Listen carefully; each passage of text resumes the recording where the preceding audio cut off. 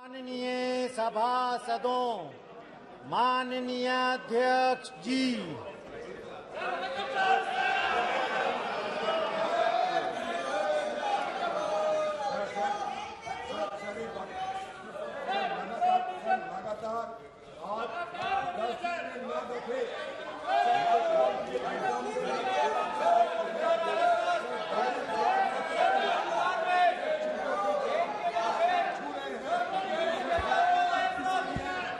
प्रश्न संख्या 401 श्री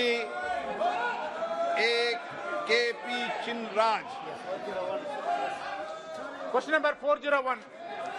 माननीय मंत्री जी, उत्तर सभा पटल पर रखा गया।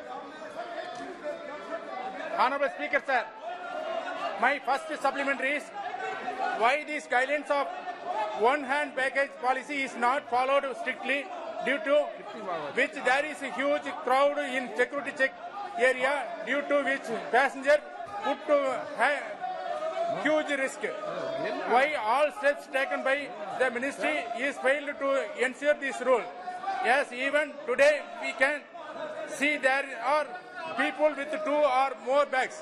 My second supplementary is provide the list of airlines who have deputed staff to ensure the hand package policy is implemented strictly. Why the ministry is not taking against the airlines for not strictly implementing the package policy? Speaker, sir, our policy is extremely clear. In 1990, 10th of October, the first circular had been issued.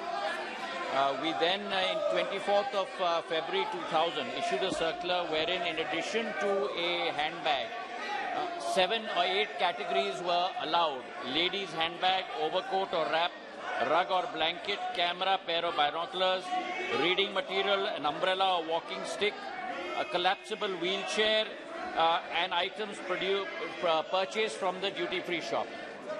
This rule is very strictly followed. On the 11th of May 2000, we had another circular issued for an additional laptop to be allowed as additional hand baggage. The airlines have been pursued. The airlines themselves are advertising the one handbag policy and following it extremely strictly.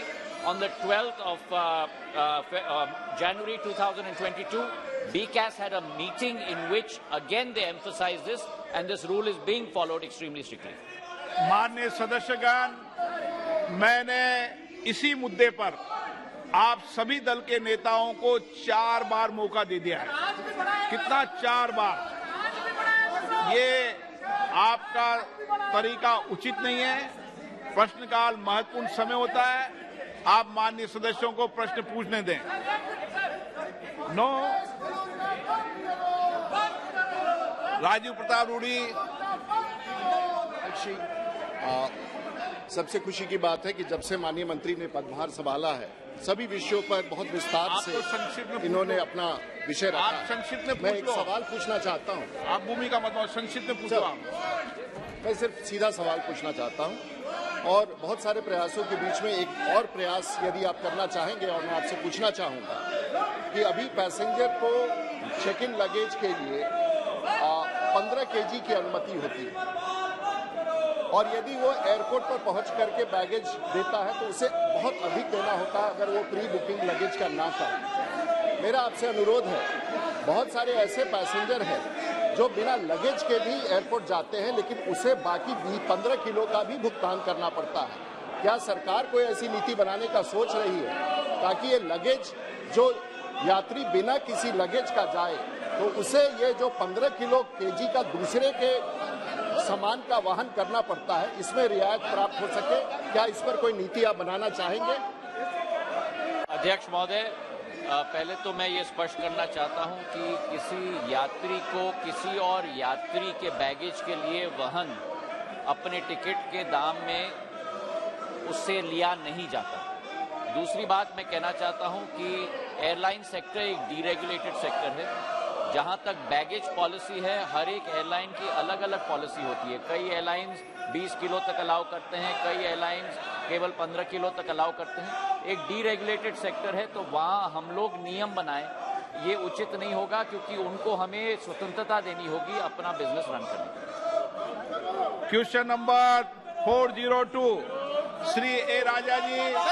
Sir, house is not in order. मान्य सदस्य, आप प्रश्न पूछना चाहते हैं? Sir, I am not able to ask questions. House is not in order. माननीय मंत्री जी, Sir, house is not in order. Document is laid on the table of the house. House is in order. I am not. हर्षित कौर बादल।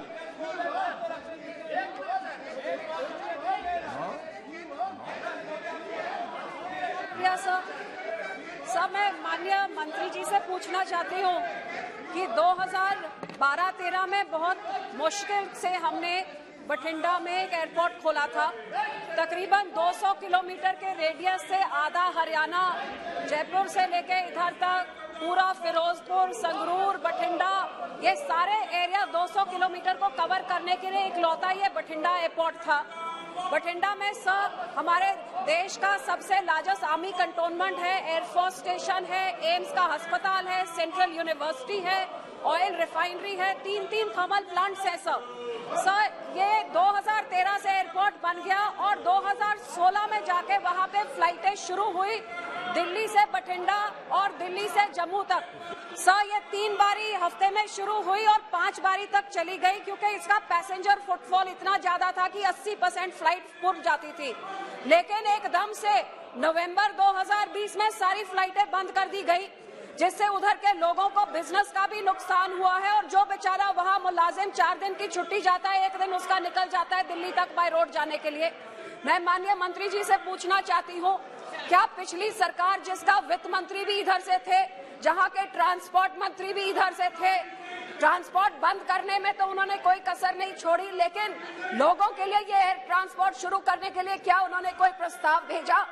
और जो नहीं भेजा तो क्या ये सरकार बठिंडा एयरपोर्ट में एक बार फिर फ्लाइट शुरू करने का काम करेंगी कि नहीं करेंगी और कितनी जल्दी करेंगे? शुक्रिया सर। अध्यक्ष जी, ये मूल जो प्रश्न था उससे ताल्लुक नहीं रखता, लेकिन फिर भी मैं इसका उत्तर देना चाहूंगा। एयरलाइन सेक्टर डीरेगुलेटेड सेक्टर बन गया है काफी सालों से, और हर एयरलाइन उस सेक्टर के अंदर उन जगहों को चुनाव करती है जहां पर वो पैसा बना सके या अपना सही फ्लाइट के अंदर उनका दाम निकल सके। बठिंडा के अंदर तकरीबन 1 साल तक फ्लाइटें चली, लेकिन एयरलाइंस ने उसके बाद उसको आगे चलाना उचित नहीं समझा, क्योंकि उतनी जितनी डिमांड थी उनकी उसके हिसाब से यात्रीगण उस पर नहीं जा रहे थे और इसलिए एयरलाइन वहां पे जाने को तैयार नहीं थी। ये एयरलाइन से जब पता किया गया तो उन्होंने यही चीज आपको बताई, और डिमांड अगर ठीक होती है तो एयरलाइन अपने आप उस डिमांड को लेने के लिए तैयार रहेंगी। धन्यवाद अध्यक्ष महोदय, मुझे आपने सप्लीमेंट्री क्वेश्चन पूछने का मौका दिया। अध्यक्ष महोदय, मुंबई से इंटरनेशनल फ्लाइट 10, 15, 20 साल पहले पूरे देश से सबसे ज्यादा इंटरनेशनल फ्लाइट मुंबई से डायरेक्ट फ्लाइट थी, लेकिन जब यूपीए गवर्नमेंट थी तो यूपीए गवर्नमेंट के दौरान जो सिविल एविएशन मिनिस्टर थे उन्होंने मुंबई के सभी रूट जेट एयरवेज को और किंगफिशर को दिए, और उसके बाद मुंबई के जितने भी इंटरनेशनल रूट है वो बंद हो गए। मैं आदरणीय मंत्री जी से जानना चाहता हूं कि जो जेट एयरवेज को और किंगफिशर को जो रूट डायरेक्ट इंटरनेशनल फ्लाइट के जो रूट दिए गए थे वो फिर एक बार मुंबई से चालू करना चाहिए, क्योंकि एयर इंडिया की जितने भी फ्लाइट है इंटरनेशनल फ्लाइट वो वाया दिल्ली से, और मुंबई के जितने भी पैसेंजर है उनको इंटरनेशनल फ्लाई करने के लिए तकलीफ होती है, उनको वाया दिल्ली से आना पड़ता है। तो मैं आदरणीय मंत्री जी से जानना चाहता हूं कि जो यूपीए गवर्नमेंट के टाइम जो गलती हुई वो एनडीए गवर्नमेंट के माध्यम से, सिविल एविएशन मिनिस्ट्री के माध्यम से वो सुधारना चाहिए। धन्यवाद। अध्यक्ष महोदय, मुंबई देश की आर्थिक राजधानी है और मुंबई की कनेक्टिविटी प्राथमिकता के आधार पर हमारी सरकार संकल्पित है और प्रतिबद्ध है। 27 तारीख को हमने सारे अंतर्राष्ट्रीय सेक्टर को 100% कैपेसिटी खोल दी थी, और मैं सदन को सूचित करना चाहता हूं, मुझे खुशी है कि foreign airline 1783 flights per week संचालित कर रही हैं और डोमेस्टिक एयरलाइंस करीब 1465 फ्लाइट्स पर वीक संचालित कर रही हैं। जहां तक मुंबई का सवाल है, हमारी प्राथमिकता सदैव वहां रहेगी।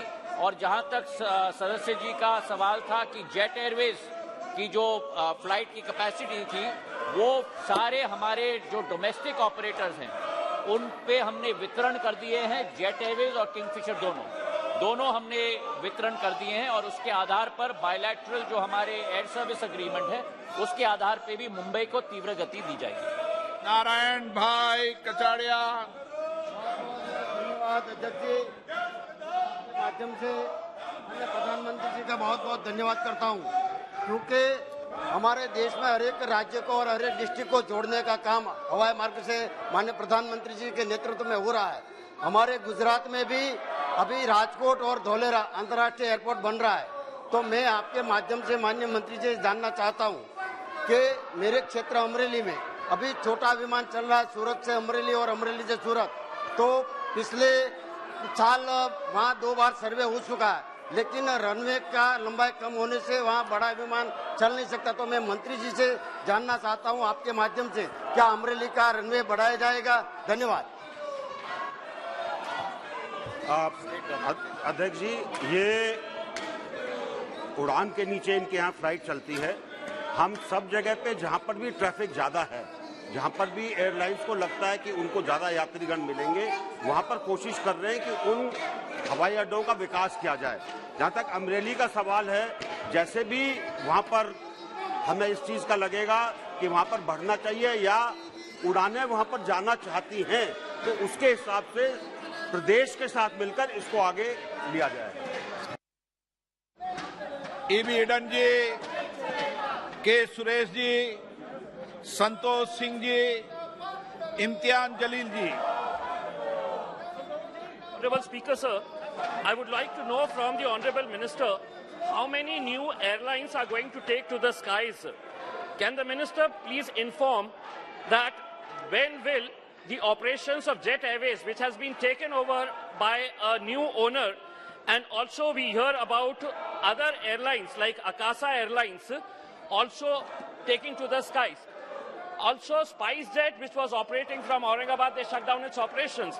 And one more important thing, when these airlines stop operations, they stop giving benefits to their employees. Just for an example, the answer that I have been received for an unscarred question number 2059, which was slated a few days back. Now, that airline, the question was whether it has come to the notice of the government that thousands of employees of Jet Airways have not been paid gratuity and shut down their operations. Now, the answer that has been given is some of the employees of Jet Airways have filed the claim applications, but the Office of the Chief Labour Commissioner Central regarding shutting down of the operations, they have not received any notice. Now, this is very astonishing.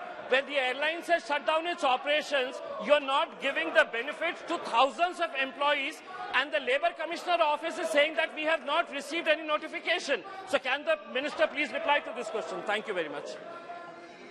अध्यक्ष महोदय, सांसद महोदय ने एक बहुत महत्वपूर्ण प्रश्न उठाया है। पहला भाग था कि कितने एयरलाइंस हमारे देश में नवीन एयरलाइंस खुल रही हैं, और मुझे खुशी है अध्यक्ष महोदय आपके द्वारा सदन को सूचित करते हुए कि पहली बार 20 साल बाद इस वर्ष 2 नए एयरलाइंस की शुरुआत भारत में हो रही है। एक नव निर्मातित जेट एयरवेज के रूप में और एक और एयरलाइन अकासा के रूप में।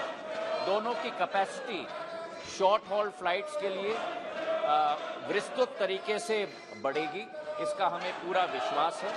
और ये एक ऐतिहासिक क्षण है भारत के नागर विमानन क्षेत्र में। इसी के साथ उड़ान योजना के तहत अध्यक्ष महोदय, जो प्रधानमंत्री जी की सोच और विचारधारा थी कि उड़े देश का आम नागरिक, हवाई चप्पल पहनने वाला भी हवाई सफर कर पाए, उस उड़ान योजना के तहत 11 नई एयरलाइंस की शुरुआत हुई है, जिनमें से 3 नए स्टार्टअप एयरलाइन हैं। तो ये एक शुभ संकेत है नागर विमानन क्षेत्र के लिए। हमारे ऊपर भार भी बहुत है क्योंकि तेल के दाम भी बहुत बढ़ चुके हैं, लेकिन इस विसंगति में, संकट के वातावरण में भी हमारा क्षेत्र आगे बढ़ने की कोशिश कर रहा है। जहां तक प्रश्न उठाया था जेट एयरवेज के हमारे सारे कर्मचारियों के लिए, ये मामला एनएलसीटी के अधीन है और एनएलसीटी के द्वारा ही आदेश इस विषय पर दिया जाएगा। Shri बालाशोरी। Speaker, sir,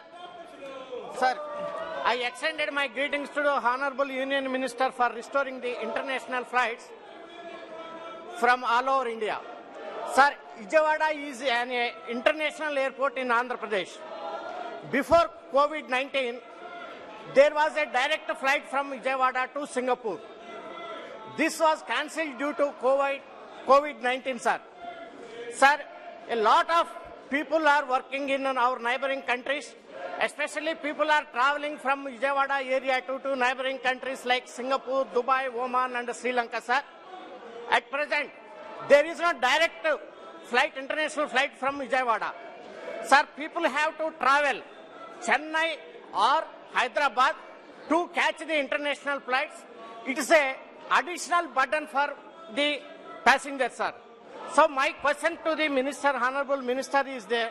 First, will minister is going to restart the Vijayawada Singapore flight and also add flights to the Dubai, Oman, Sri Lanka, neighboring countries and also other countries, sir. Adhyaksh Mahoday, so far as Vijayawada is concerned, it is not a point of call so far as the airlines are concerned. Domestic airlines used to fly out of Vijayawada. It has been discontinued by Indigo. Maybe another domestic airline will take on this particular route. And we are sure that depending on the type of demand that is generated, the airlines will either restart or work out the arrangements for this particular flight. Shri Pinaki Mishra ji.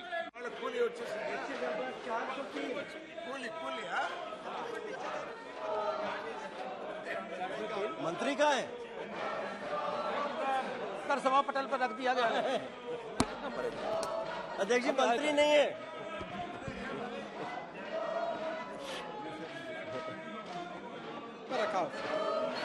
अध्यक्ष जी मैं आपका संरक्षण चाहता हूँ। इतने dynamic मंत्री जी हैं, लेकिन आपके ऑफिसर आई एम सॉरी बिल्कुल डायनामिक नहीं है। सवाल मेरा था नौकरियों के बारे में, जवाब में नौकरियों का कहीं ब्यौरा ही नहीं है, नौकरियों की कहीं बात ही नहीं है। अध्यक्ष मंत्री जी को कुछ सुनाई नहीं दे रहा है। ये क्वेश्चन सुनाई दे रहा है अब आपको? राणे साहब सुनाई दे रहा है तो जवाब में नौकरियों का सुन लीजिए। एक मिनट सुन लीजिए। सवाल इसलिए मेरा ये है कि मैं जानता हूँ, इससे मुझे पता है, इसलिए मैंने सोचा शायद वो जवाब दे रहे हैं।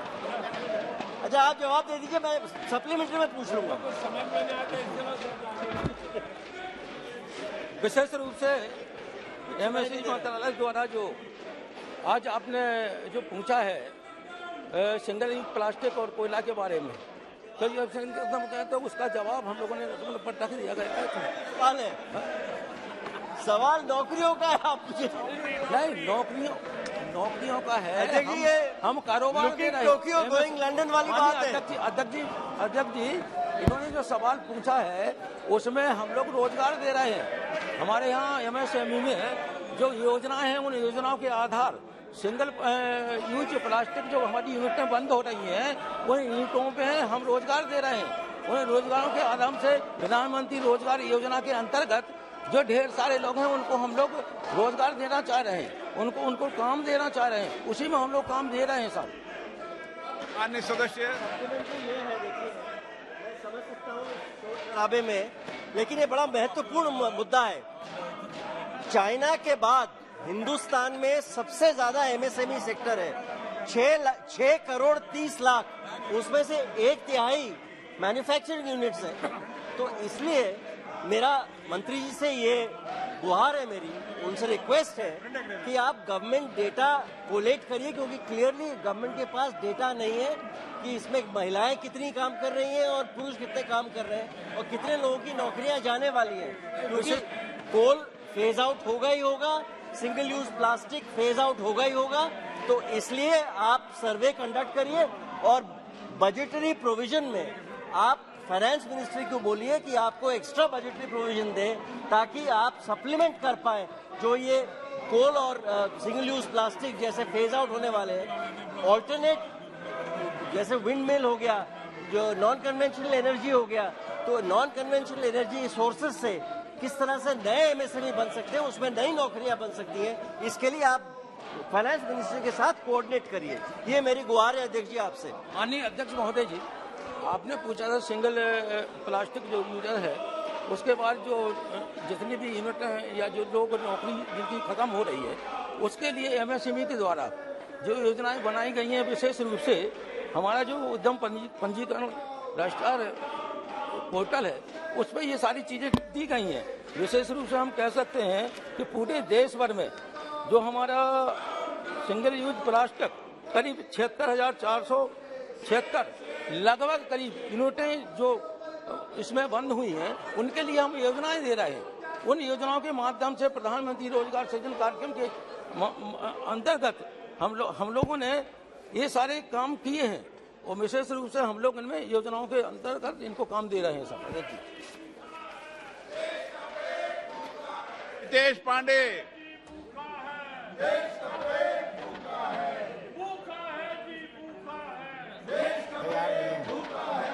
कोई मान्य प्रश्न नहीं है तुम्हारा? है तो पूछो, नीचे झुककर क्या देख रहे हो? सर, मैं ये आपके माध्यम से पूछना चाहता हूँ कि एमएसएमई सेक्टर में जो कोविड के समय जो एमएसएमई सेक्टर की जो छोटी छोटी कारखाने थे जो पूरे तरह से टूट चुके हैं, उनको स्टार्ट करने के लिए सरकार की क्या योजना है? क्या उन्हें मदद दी जा रही है? और क्या आने वाले समय में इन छोटी छोटी जो फैक्ट्रियां थी, उनको फिर से जो है मेन स्ट्रीम में आए, जो लोग उनकी नौकरियां छूट गई थी, उनको आप फिर से कोई मुआवजा देने की सोच रहे हैं ताकि वो पुनः मेन स्ट्रीम में आए?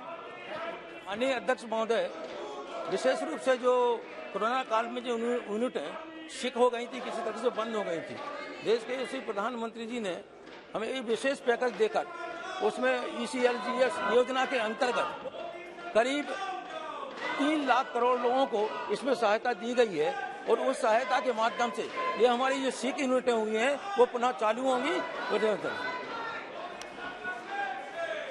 श्री 404 ए गणेश मूर्ति, माननीय मंत्री जी गडकरी साहब तल पर रखा हुआ है। श्री गोपाल शेट्टी जी। धन्यवाद अध्यक्ष महोदय जी। मैं सबसे पहले भारत सरकार और सम्माननीय मंत्री नितिन गडकरी जी का अभिनंदन करना चाहूंगा। बहुत बड़े बड़े काम भी करते हैं, लेकिन साथ साथ में छोटे छोटे काम पर भी वो ध्यान देते हैं। इन दिनों में जो इलेक्ट्रिक व्हीकल आया है, इसका रिपोर्ट भी मार्केट में अच्छा है। लॉन्ग ड्राइव पे ये बैटरी जो होती है वो बहुत ज्यादा किलोमीटर तक चलती है, लेकिन शॉर्ट ड्राइव में ये बैटरी बहुत जल्दी डाउन होता है, ऐसा ड्राइवरों का कहना है। मैं मंत्री जी से पूछना चाहूंगा कि सरकार के संज्ञान में ये बात आई है क्या? अगर आई है तो सरकार आने वाले दिनों में इसके बारे में क्या उपाय करती है? क्या डबल इन बैटरी रखने की कोई प्रोविजन, या तो फिर टेक्नोलॉजी का जमाना है, यही व्यवस्था में बहुत लंबे समय तक ये बैटरी चले, ज्यादा किलोमीटर तक, उसके बारे में मंत्री जी थोड़ा मार्गदर्शन करेंगे क्या? सम्माननीय स्पीकर महोदय, हमारे देश में इलेक्ट्रिक व्हीकल की शुरुआत होने के बाद उसको काफ़ी अच्छा रिस्पांस मिला है। अभी the number of electric vehicle registered in the country as on 13 March 2022 is 10,95,746. Sir, total 1,742 public charging station already शुरू हो गए एज पर और ब्यूरो ऑफ एनर्जी एफिशिएंसी से। सर, इसमें काफ़ी बढ़ोतरी हुई है। ये ओवरऑल सेल्स में 162% हुआ इस साल, 2 व्हीलर में 423%, 3 व्हीलर में 75%, 4 व्हीलर में 238% और बसेस में 1250% सेल में इंक्रीज हुआ है। जिस बात का जिक्र इन्होंने किया है कि लिथियम आयन बैटरी के बारे में, इसके बारे में स्वैपिंग पॉलिसी भी आई है और इसके बाद हमारे देश के स्टार्टअप में बहुत रिसर्च शुरू है। इसमें sodium ion, zinc ion, aluminium ion, ये नई नई केमिस्ट्री को भी संशोधन हो रहा है और लिथियम आयन बैटरी अभी 85% इंडिया में बन रही है और बहुत जल्दी इसका रेट भी कम होगा और क्वालिटी की इम्प्रूव होगी। जहां एक बात जरूर है कि इस प्रकार की बैटरी की अगर कहीं तकरार है तो बैटरी के भी स्टैंडर्ड हमने निश्चित किए हैं। अगर कोई मैन्युफैक्चरर उसके हिसाब से उसके बैटरी में अगर उसने दी हुई कैपेसिटी पे काम नहीं कर रहा है तो उसके ऊपर जरूर कार्रवाई की जाएगी। पर बाय एंड लार्ज बैटरी जितना चार्जिंग बताती है उतना करती है और आजकल बहुत से मॉडल ऐसे आए 2 व्हीलर 3 व्हीलर और 4 व्हीलर के कि अपने घर में हम उसको रात को चार्ज करके दूसरे दिन चला सकते हैं। फिर भी सम्मान्य सदस्यों ने जो तकरार की है वो स्पेसिफिक कौन से मॉडल के बारे में, कौन से कंपनी के बारे में अभी तक सरकार के पास कोई तकरार नहीं मिली है। पर जब उन्होंने कहा इसका मतलब कहीं ना कहीं उसके में तकरार होगी तो वो मिलने के बाद सरकार इसके ऊपर जरूर कार्रवाई करेगी। श्री ए गणेश मूर्ति। அதிக எண்ணிக்கையிலான மின்சார வாகனங்களுக்கான பொது மின்சாரம் ஏற்றம் செய்யும் உள்கட்டமைப்பு போக்குவரத்து சேவை மிகவும் முக்கியமானதாகும். இது தொடர்பாக தேசிய நெடுஞ்சாலைகளில் சுங்கச்சாவடி மற்றும் உணவுக் கடைகள் போன்றவற்றிற்கு அருகில் மின் வாகனங்களுக்கான மின்னேற்று நிலையங்கள் போன்ற கட்டமைப்பு நிறுவுவதற்கு பொதுத்துறை நிறுவனங்களுடன் சாலை போக்குவரத்து அமைச்சகம் புரிந்துணர்வு ஒப்பந்தம் செய்துள்ளதா? இந்த ஒப்பந்தங்களின் சிறப்பம்சங்கள் என்ன? இந்த ஒப்பந்தம் மாநில நெடுஞ்சாலைக்கும் பொருந்துமா? प्रश्न नहीं है मेंबर, योर प्रश्न no connect is the road and transport the question the road and transport Sir, while charging the battery in electrical vehicles, recently battery burst and vehicle got fire in Tamil Nadu, resulting in the loss of 2 lives, father and daughter. I think this kind of risk is involved in the EV batteries, and government should ensure that batteries are not substandard and companies with safety specification. I would like to know from the Honorable Minister what safety guidelines, precautions are emphasized to the users so that this kind of incidents do not occur. Speaker Mahoday, total 4 incidents of fire in 2-wheeler EVs have been reported in past 1 week, and this is very serious issue. We have ordered a forensic investigation into each of individual events from experts of Center for Fire Explosives, DRDO and IISc Bangalore. Our standards for type approval of EV and batteries are at par with the global standards. We will take appropriate action after exact technical reason behind this accident is known. Sir, we are waiting for the report from the expert committee. After receiving the report, we will find out exactly what is the reason behind that. On the basis of that, we will take appropriate action against the manufacturer. But presently, my apparent feeling is these are because of higher temperature. These incidents are there. Still, we are in the waiting for the report of our committee. After that, the expert committee report, we will take appropriate action and we will take the sufficient measure for the safety of the people. Shri Jaydev Galla. Thank you, sir. Sir, I'd like to congratulate the minister on the positive steps that are being taken in order to kickstart the infrastructure and the ecosystem that are required to bring in electric vehicles into this country. I'd also like to point out that an integrated approach in terms of policy making is required, where several ministries need to be involved. The Transport Ministry, Power Ministry, Heavy Industries, Environment, and Urban Development are just a few of the ones that are all stakeholders in these policies. And sir, as we are looking at charging stations, one thing we need to keep in mind that the charging should be done with clean energy, because the whole point of EVs is to bring in the environmental advantages and reduce the pollution. So if the energy is creating pollution, it's only partially addressing the problem. So what steps are being taken to ensure that all charging stations are being the power being supplied is all clean energy? And also, sir, a few legislations which would help in terms of business model innovation in this sector would be to bring in legislation regarding selling of energy, expanding the number of people who can actually sell energy to consumers for charging and other requirements, and also time of day tariffs for energy so that the consumer behavior will even out the demand during the day. People who can wait till night when tariff is cheaper will wait to charge their vehicles, etc. So these three legislations, sir. One is the clean energy, second is selling of energy, and third is time of day tariffs. Would be very useful, sir. I'd like to hear what the minister has to say. Thank you. Sanmanya Speaker Mahoday, Honorable Member is absolutely correct as far as we need maximum coordination between the departments. Sir, already we have good coordination and 100% the government is very committed. As far as the Paris Accord is concerned, we are very much committed for ecology and environment. Sir, this is a very, very valid point that whatever the power we are using for electric charging, it should be green power. It should be solar power. And for example, I am giving you the example, we are making 650 roadside amenities on National Highway, where already 40 amenities, the work has already started. And in that all highways, we are using solar power. In the area of Gujarat and somewhere in the Tamil Nadu also, the wind power is also available. So you are absolutely correct. The policy is that for charging electric vehicles, our priority is to use green power for that. You are absolutely correct. And regarding the charging stations, there is also good development.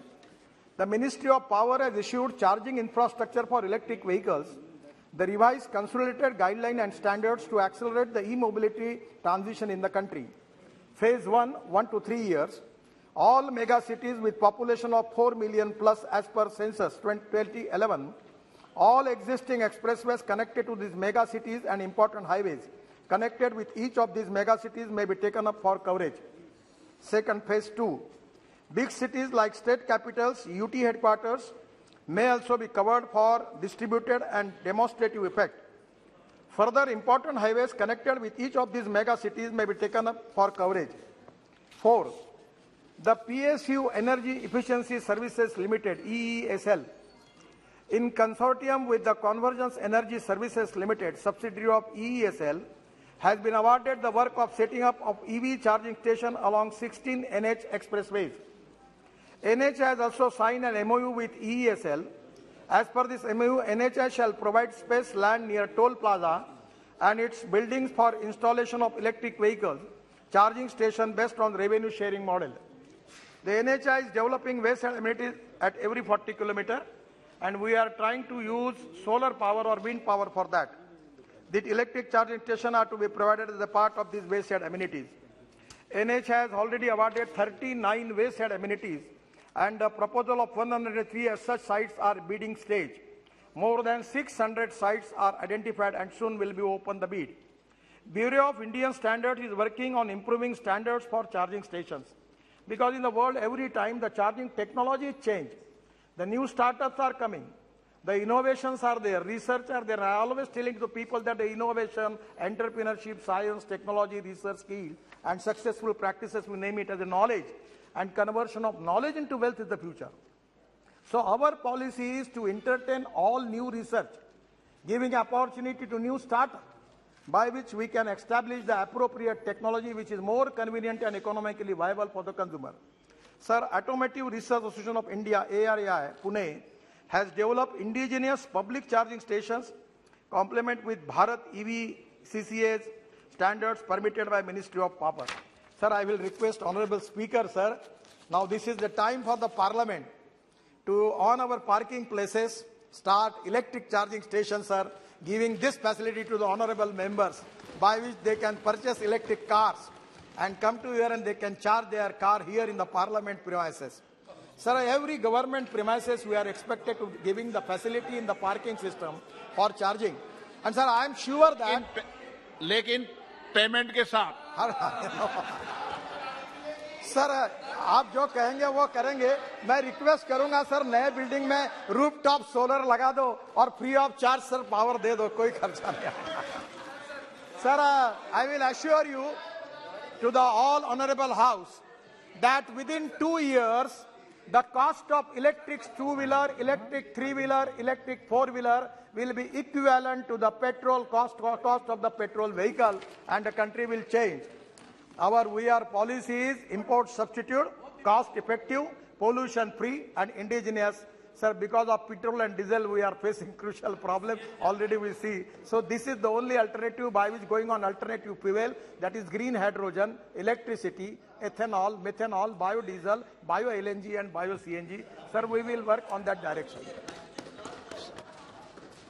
नहीं, मैंने आपको इजाजत दी नहीं, आपको इजाजत दी नहीं, महत्वपूर्ण आपके होने से क्या होता है? Question number 405 YS Avinash Reddy, no, मैं आपको जवाब दे रहा था, आप खुद खड़े हो गए इसलिए नहीं मिलेगा. 405 number 405 sir.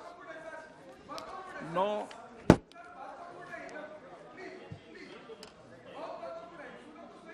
Sir, thank you, sir.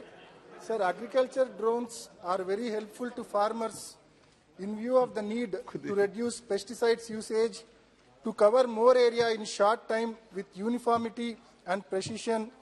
It will also reduce input cost burden on farmers as the consumption of pesticides reduces drastically, at least by 30% when compared to conventional manual spraying, sir.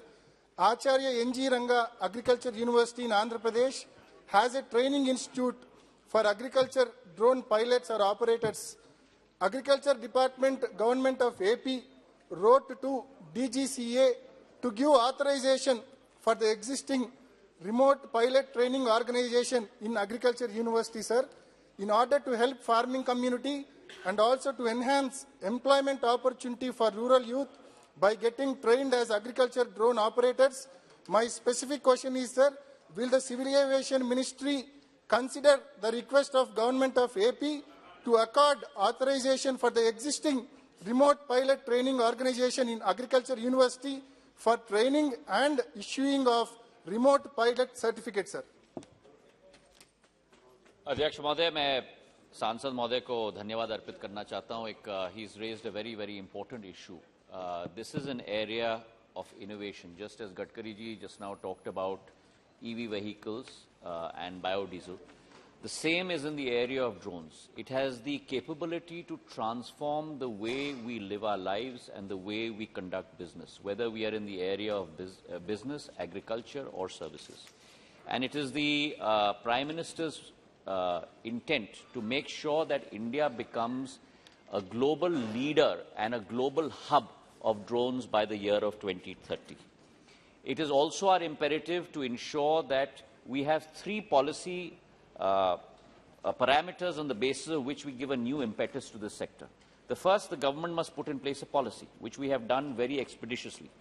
The second, the government must also put in place an incentive, which is why we brought in the productivity-linked incentive scheme in the area of drones.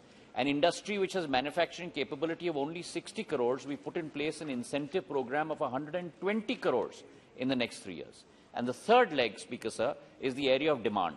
And I've indicated in my answer to you that there are 12 ministries, and these are only illustrative. There are many more ministries that are working assiduously along with us, side by us, to ensure that we proliferate this drone technology. In the area of agriculture, the Agricultural Ministry has come out with a submission on agricultural mechanization, SMAM, under which ICAR institutes, Krishi Vigyan Kendras are given 100% of the cost of agricultural drones, or 10 lakhs, whichever is less. The second category is farmer-producer organizations, which are being given a grant of almost 75% of the cost of agricultural drones. The third category is the custom hiring centers, which are being given close to 40% of the cost of the drones, or 4 lakhs, whichever is less. And the fourth category is agricultural graduates, young students, who can then establish customer hiring centers where 50% of the cost of the drone, or 5 lakhs, whichever one of the two, is given to our agricultural graduates. So there's a great emphasis on this area. There are close to about 18 RPTOs, remote pilot training organizations, which have been given approval by DGCA. Your case, which you have mentioned, of the government of Andhra Pradesh, is also under consideration of the DGCA, and as soon as a decision is taken, it will be certainly communicated to you. Thank you. Shri Vinay, supplementary. Okay. Sir, apart from agriculture, drones are extensively used for other applications in law enforcement, mapping, surveys, etc., sir. Sir, the remote pilot certificate issued by DGCA approved drone school is required for operating a drone in all kinds of zones, sir. I request Honorable Minister to provide the details of number of drone pilot licenses issued so far and also the details of number of DGCA approved training institutes in the country which are entitled to give licenses for drones operations, sir? Speaker, sir, through you, I'd like to inform the member that there are, as of today, as I mentioned, 18 remote pilot training organizations that have got authorization from DGCA. One in Gujarat, 4 in Haryana, 1 in Himachal Pradesh, 1 in Jharkhand, 1 in Karnataka, 1 in Madhya Pradesh, 4 in Maharashtra, 2 in Telangana, 1 in Tamil Nadu, and 2 in Uttar Pradesh. But this list is going to be expanded very rapidly. In the answer to his question, I have also mentioned to him that there are 100 and close to about 71 manufacturing companies that have started production in India in the area of drones. And as far as drone pilots are concerned, we have a very, very promising future, because even a class 12 student spending close to about 10 to 15 days at a drone school can become a drone pilot and can even earn a salary of close to 30,000 rupees a month. So it will be a huge employment generator in the days to come as well. I am very confident that we will have drone pilots in India above lakhs of drone pilots, close to crores of drone pilots in the years to come. Okay, Vinayak Rao ji. धन्यवाद अध्यक्ष महोदय। एक उपयुक्त ऐसी policy जो drone technology माननीय मंत्री महोदय जी ने जो पेश किया, मैं उनका अभिनंदन करता हूं और मुझे बताने के लिए हर्ष हो रहा है कि इसका लोगों के लिए सबसे पहले इस्तेमाल महाराष्ट्र गवर्नमेंट ने कोविड वैक्सीनेशन जब चालू थी तभी पालघर जिले के एक रिमोट गांव, जहां नॉर्मली 20 किलोमीटर के लिए कम से कम 45 मिनट लगता था व्हीकल जाने के लिए, ऐसे रिमोट गांव में ड्रोन के माध्यम से 9 मिनट में वहां वैक्सीन पहुंचाने का काम महाराष्ट्र गवर्नमेंट ने किया। इसके लिए मैं बधाई देता हूं माननीय मंत्री महोदय जी को और बधाई देता हूं महाराष्ट्र गवर्नमेंट के हेल्थ डिपार्टमेंट को भी।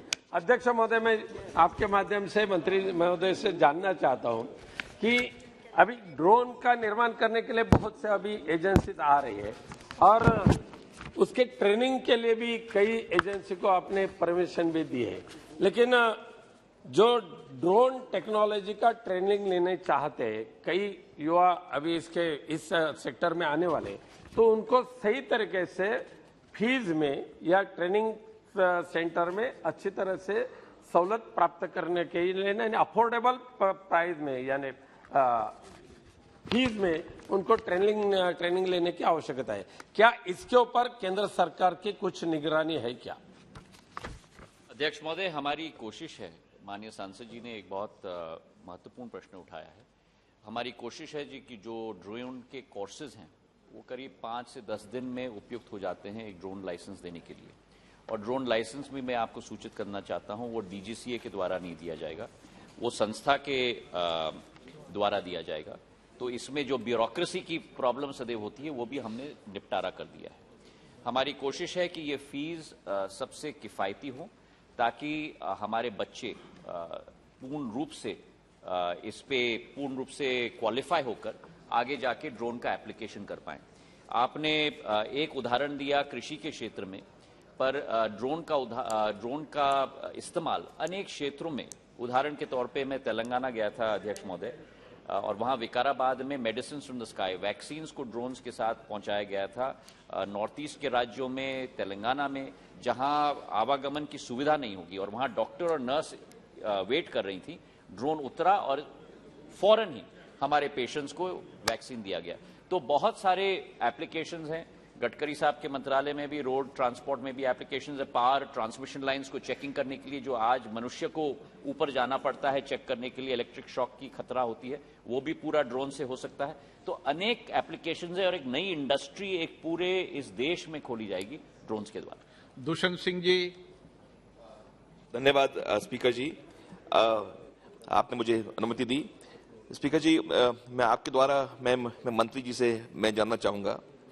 मैं पहले तो आदरणीय प्रधानमंत्री जी को मैं धन्यवाद देता हूं क्योंकि उन्होंने ये सोच जिसमें लगभग 12 मंत्रालय 12 मंत्रालय को इसमें प्रोडक्शन लिंक्ड इंसेंटिव स्कीम में 120 करोड़ का राशि दी 3 साल के लिए।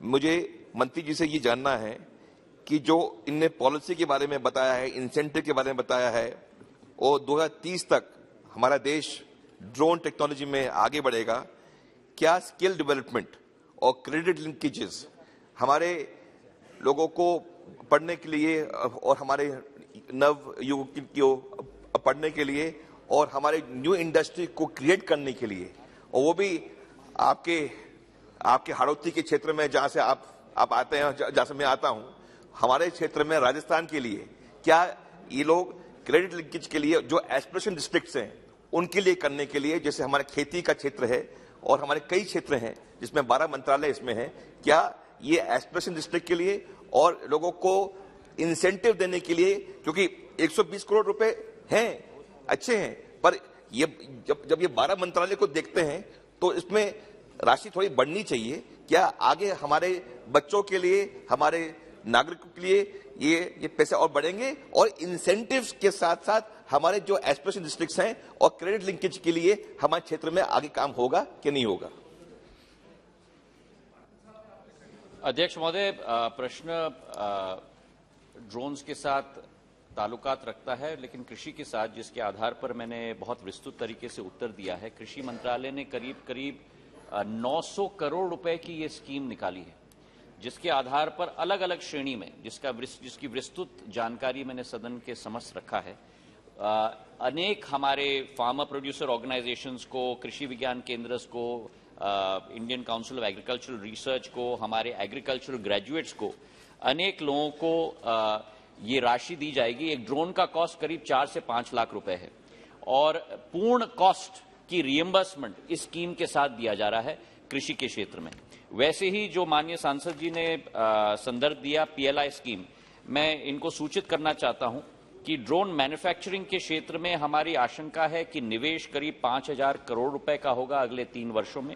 इसी के साथ सेल्स टर्नओवर मैन्युफैक्चरिंग सेक्टर का, जो वर्तमान का 60 करोड़ का है, आने वाले 5 सालों में करीब 1000 करोड़ का हो जाएगा, और 10,000 डायरेक्ट जॉब्स इस मैन्युफैक्चरिंग से उत्पन्न हो पाएंगे।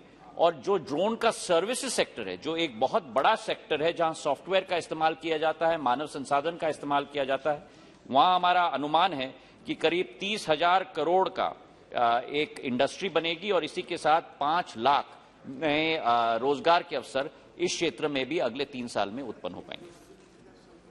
Question number 406, Shri Ram Mohan Naidu. Sir, question 406 जवाब पटेल पर रखा है। Thank you, Honorable Speaker, sir. First of all, I'd like to congratulate the Minister for bringing revolutionary changes in this ministry, and I can proudly say that AP has been a huge beneficiary for his efforts in this ministry, sir. And my question has also been regarding the expansion of highways, and specifically regarding NH16, which is Chennai-Kolkata highway, sir. 140 kilometers stretch of this highway lies in my constituency, and this is also part of the Golden Quadrilateral Network that Honorable former Prime Minister Atal Bihari Vajpayee ji has envisioned. And my question would be, sir, even for the 6 laning of this project, 4 laning has already been completed. Now for the 6 laning, it is being done in phases. And I've asked for a specific segment which is from Narsanapeta to Ichapuram. When will the 6 laning of this part be taken up? And there is a technical answer regarding the traffic that goes through this stretch.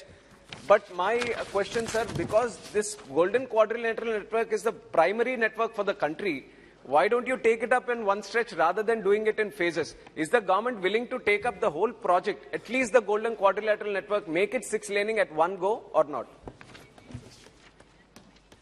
Sanmanya Speaker Mahoday, the existing stretch from Ichapuram to Narsanapetta of about 100 kilometers is 4 lane.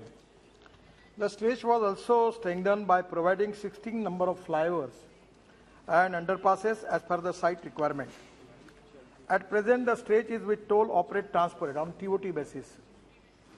Sir, in the TOT concession agreement, there is a provision of capacity augmentation in case the average daily traffic in any account it shall be exceeded to design capacity of 40,000 PCU. Sir, actually, we are facing a lot of road accident. I personally feel that this is the time for the department to rethink about this criteria, because the 40,000 PCUs is actually the very heavy traffic is there. But presently on this road, the traffic average is coming to be one of the toll plaza at Lakshmipuram toll, it comes 19,324 PCUs. And Madappam toll plaza, it comes 29,240 PCUs. The average coming is 24,823 PCUs. And actually, for 6 laning, we need 40,000 PCUs. So there is a problem. But our ministry is seriously thinking on the line to change this criteria. Because of road accident, we are facing crucial problems.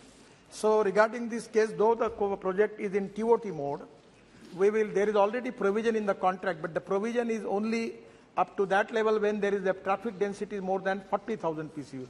So that is exactly the problem. But sir, we will consider about it, the criteria.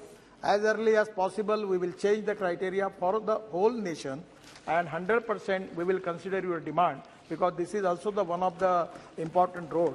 But we cannot make 6 lane mandatory to all the national plan, because it is ultimately the cost is important. So it is depending upon the traffic density, and 100% government is seriously thinking about the traffic congestion and traffic and road accidents. So positively, we will change the policy and we will think on that line. Supplementary. Thank you very much, sir. My second supplement question, sir.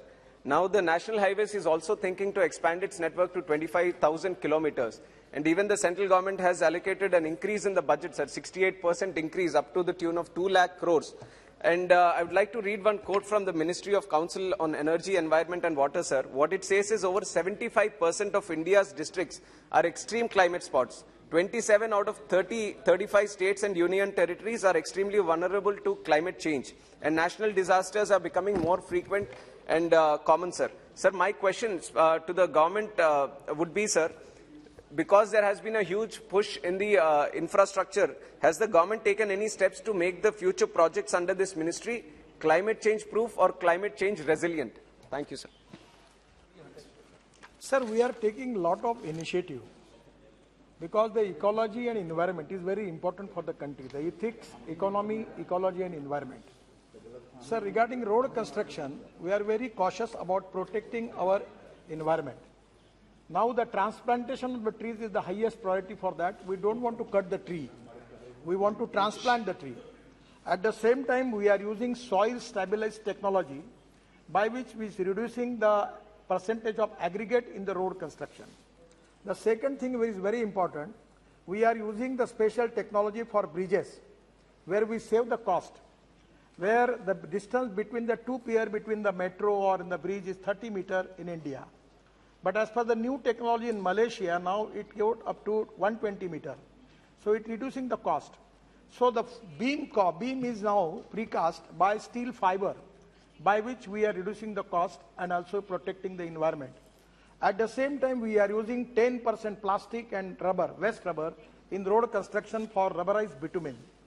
The idea is that we will make the standards for that and using of that. I try my level best to use the Gazipur West for Meerut Express Highway, but I can't succeed in that mission.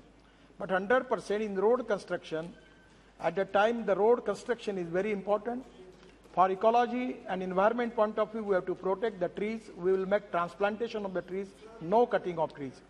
And the second important thing is, we will use all appropriate technology which is going to protect our ecology and environment. At the same time, one of the big problem which our ministry is facing, that is the cost of steel and cement is now 2 times, 3 times bigger. Now it is a big problem for the industry. Contractor is also facing problem. The MSME also, there is a lot of raw material which is of steel and cement they are using. They are also facing the problem. So this is the appropriate time that we need to find out different technology. So one of the technologies also given to me, it is glass fiber. That already the bar is with me in my office. Now already the recommendation from IIT is with me to ministry. Now we are going to give priority for, in place of steel bar, they can use glass fiber bar in the road construction and bridges. Because when we will create alternative, it is going to give us the result for reducing the cost. Even for cement also, there are a lot of experiments are going on by using a special chemical, adding into flash, without you can make the concrete road. So we are also working on that. I am very, very serious about to reduce the demand of steel and cement in road construction. For that reason that we need appropriate price for that. And that is exactly the line of the department. As far as ecology and environment, your expectation, we will try to fulfill that. At the same time, we will try to develop alternative mechanism and a new technology for the material which we are using. Shri B. Mehtab ji. Thank you, sir. At many places throughout the country, when the national highway was constructed, passed through different cities. And this has happened in my state, Odisha.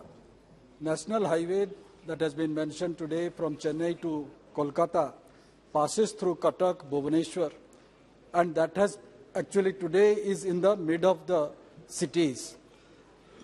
Jointly, Ministry of Road Transport and Odisha government has worked out a new line, a new bypass that is from Cuttack district, Tangi, via Athgad, Banki, Khordha, and it joins at Jonkia. It's the national highway from one point to the other point, which will actually act as a bypass road of national highway, and it will be treated as a national highway. Odisha government, as I believe, has agreed to bear the 50% cost of the land that will be acquired. And most of the land is, of course, government land. I would like to understand from the Minister what steps have been taken in this regard, because it is in a formative stage, and whether any timeline has been fixed for that. Sir, honorable member, question is important, but it's not related with the question. Sir, if the state government is ready to contribute 50% cost for land acquisition, I will sit with you, we will find out the way out, and we will implement the project, and we will start the project as early as possible. There is no problem. 407, Girish Chand ji. Sir, statement is laid on Mani Mantri ji. Statement is laid on the table.